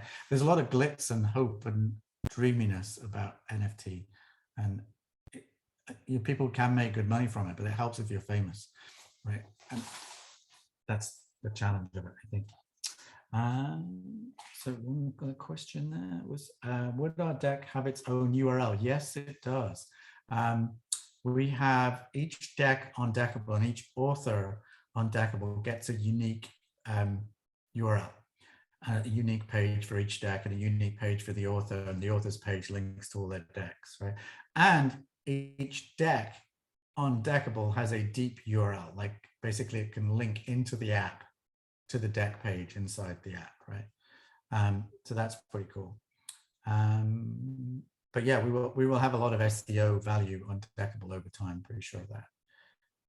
So, and you can also, we're also going to have embeds, by the way. So you're going to be able to embed a deck on your blog or any blog. We haven't talked about the survey, by the way. I should have mentioned the survey before, but maybe we'll send that. Maybe we should send that out afterwards. We're basically we're launching a survey as a really cool way of gathering the community, and we're doing 4 surveys. We're doing a creator survey, a card deck reader survey. So if you're a tarot reader, there's a survey for you. If you're a card deck professional that uses card decks in the workplace, there's a survey for you. And if you're a card deck collector, which is the term we've given for people who love card decks, right? You can just be a collector with one deck, don't worry. We're just interested in gathering that data because we're going to gather the data from all those people who complete those surveys, and then we're going to be able to use that data to inform the media about how big the card deck space is, right? Because I think a lot of people don't know just what's happening in the card deck industry and how many card decks there are. So let's put that in the follow-up, Nick, when we send out the recording and the how-to instructions and the how-to video. We'll send that also. Perfect. Awesome. Cool. Would our deck have its own? Yes. Oh, yeah, I think I've answered all the questions. Has anyone not been answered? Has anyone still got a question they want to ask? Anything you need to know? Please be vocal. Like, honestly, right now, please, if you have doubts, skepticisms, fears, uncertainties, please, oops, what's that? Speak up. Like, I literally, there is no such thing as a stupid question. You can ask anything you want. I'm always intrigued what stops people, what makes people jump in.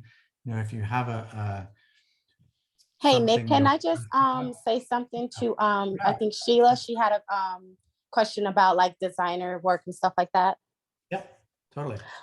Yeah, commission work can be very expensive, but because I actually designed one deck on Canva myself, but I would say that if if you have like a particular vision in mind and you're very creative with it, like I would say it's best to like find someone to really like work with when it comes to stuff like that. I found all of the artists that I worked with in the past, I found them on IG. And a lot of them are really willing to work with you, especially if you have like, a bunch of cards that you want to create. They'll even drop like a nice like sell for you and stuff like that. It doesn't have to be super, super expensive. Like the guy that I'm working with now, he's charging me only $20 per card.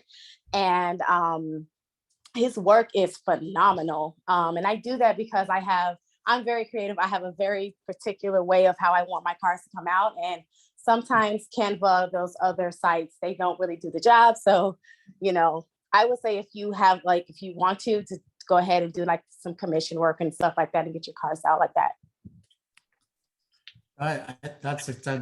That's fascinating. It's so cool to discover all these different people and what people bring, right? And like you're right, $20 a card sounds like a phenomenally good deal. Someone asked a question about landscape and portrait. So there's Deckible on the iPad in portrait, and there's Deckible on the iPad in landscape, right? So there's always more you can do. There's always more work in software to make things more slick, but we basically do handle that out of the gate. So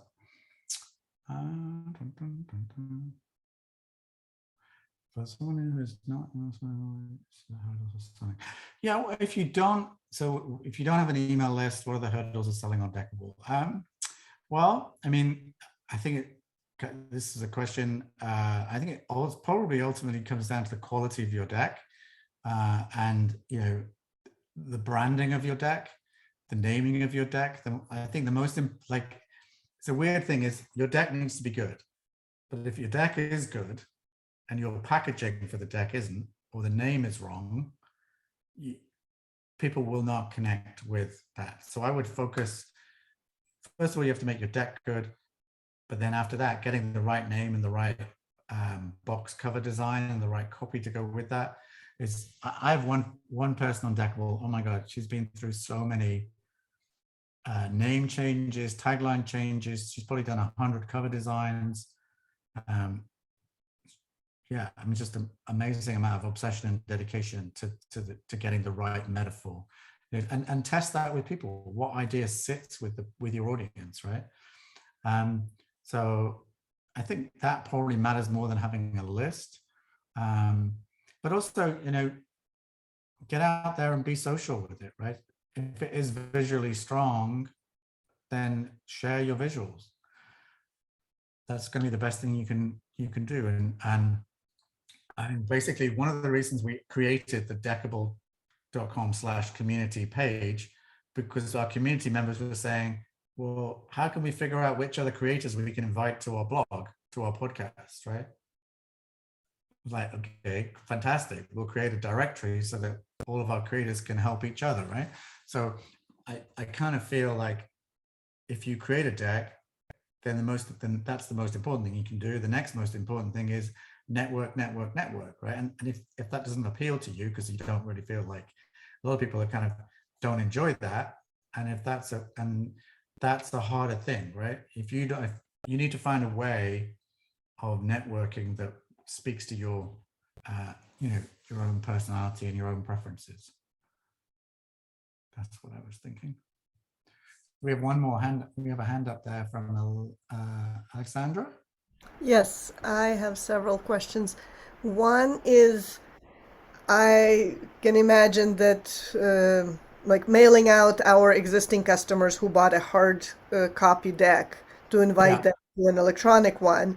So I guess the coupons would be an answer to that, because they probably, since they already own a printed decks, they probably. Yeah, I mean, I would say probably is a dangerous word, right? You're assuming that they should get it for free because it's now available, right?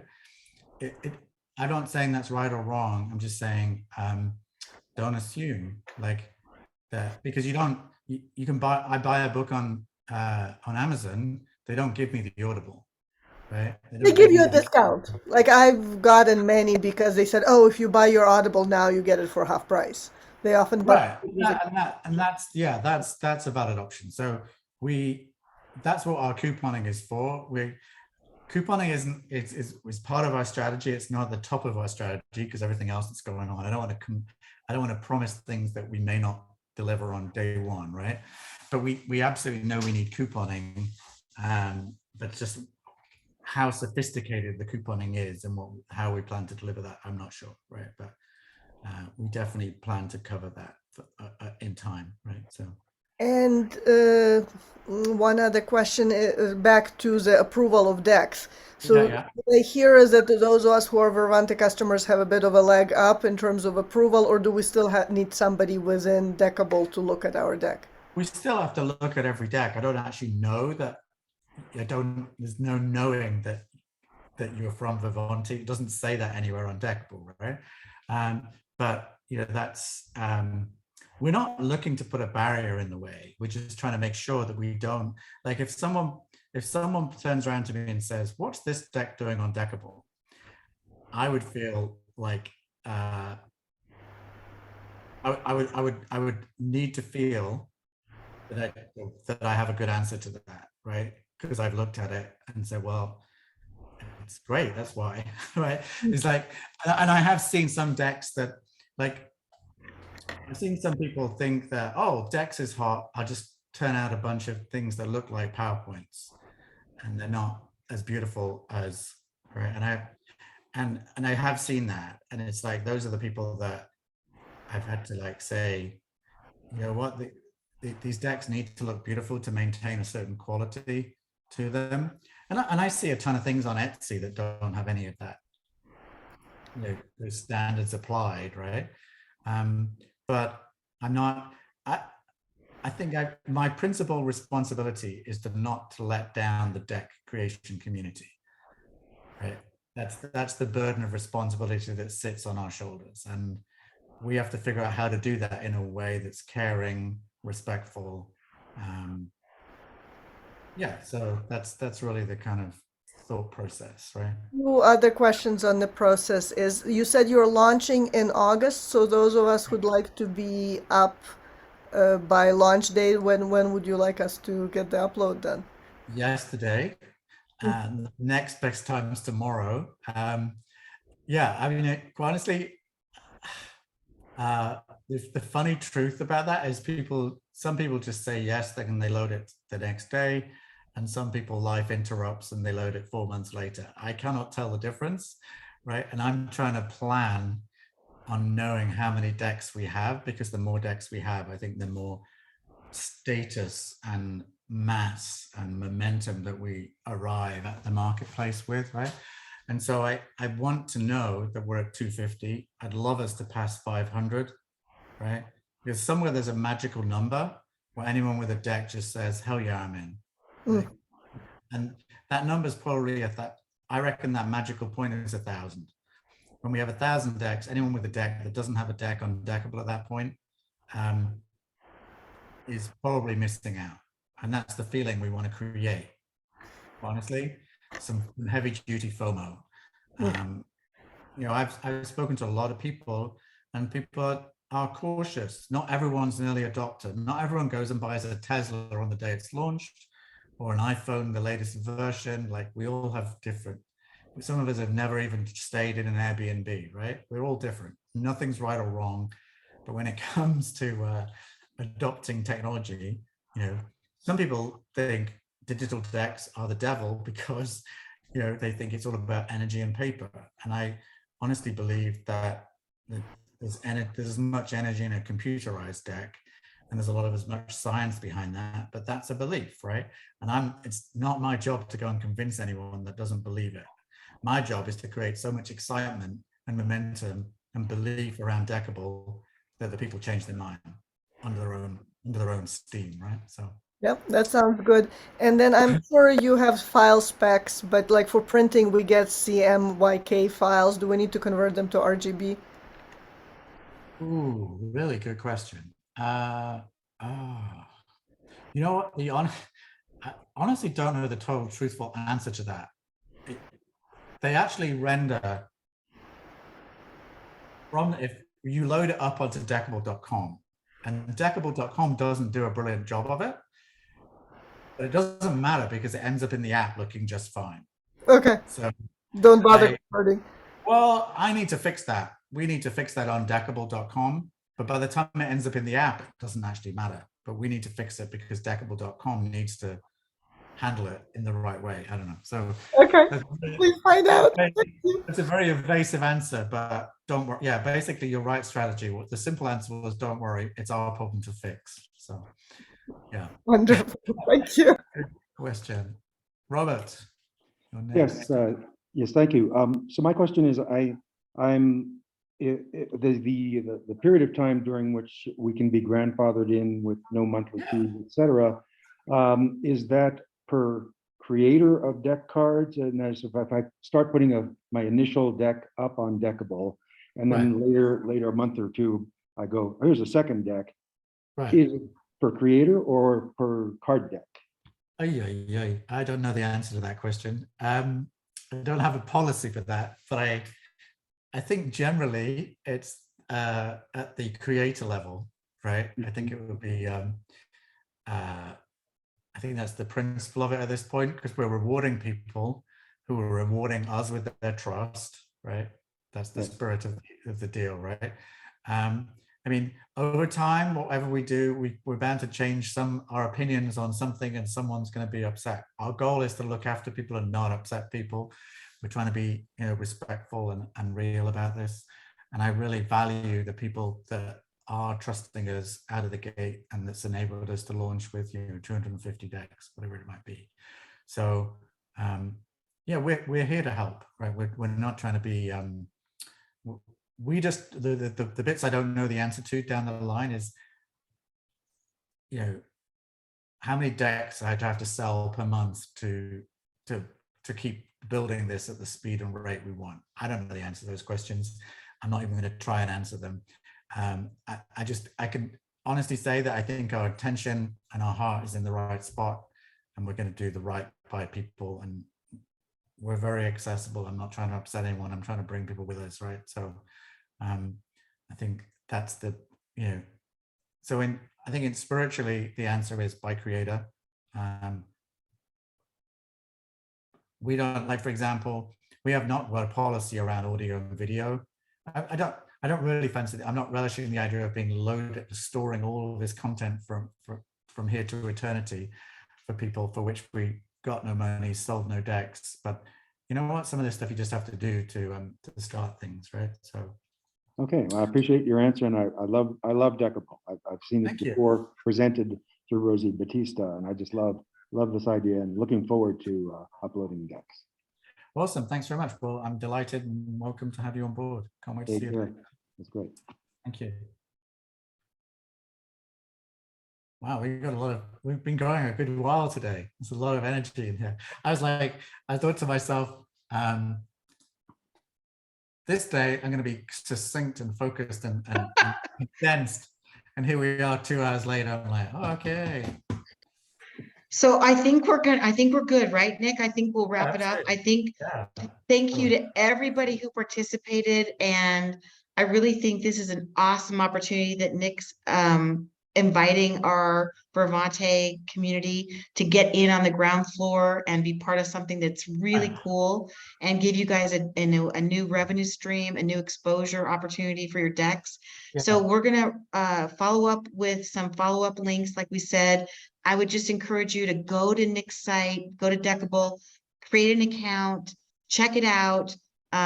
Check out the videos. Don't be like me and try to think you're smarter than Nick, and go around the instructions because the instructions are very good. And just, you know, try it. Be patient when you're uploading your deck. And when you have questions, reach out to Nick or go back to the instructions and, you know, get your decks up there, because it's kind of like, you know, it's like Kindle. You get your stuff out in the world, and some people buy digital stuff and some people buy hard copy stuff. And it's just a great opportunity for everybody, I think, who has a deck. So, and I mean, I know we are approaching this from a deck perspective, Nick, but I have listened to all, you know, the questions and your presentation again. And I really think this is bigger than a card deck. This is so much bigger than cards. This is training. This is journaling. Right. This is so cool. So I'm just really excited that you guys were able to be part of, you know, something that's really innovative and cool and on the ground floor. So we really appreciate you, Nick. It's definitely a medium for the phone. Like, no one has created a fun interactive experience on a phone. They've created desktop experiences that, you know, don't translate to the phone, right? So thank you. Well, nice job. Thank you. Thank you.